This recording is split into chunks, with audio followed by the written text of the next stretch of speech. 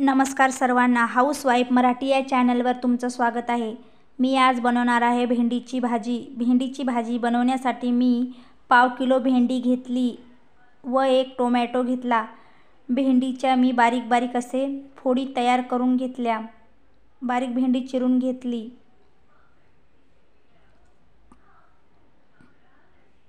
भेंडी चिकट बनते त्याच्यामुळे त्याच्यामध्ये एक टोमॅटो टाकला की भेंडी मोकळी बनते।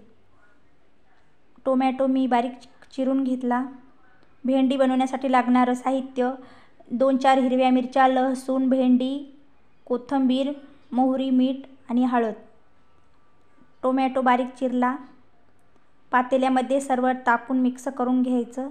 तेलामध्ये टोमॅटो टाकून व्यवस्थित परतून घ्यायचं।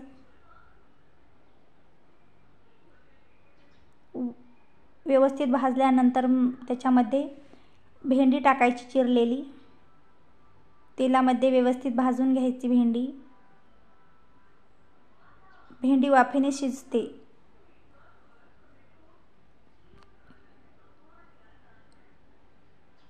व्यवस्थित मसाले मिक्स करून घ्यायचे।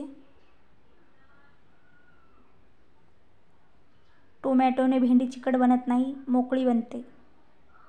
व 5 मिनिटं त्याच्यावर झाकून ठेवायची। भाजी तयार।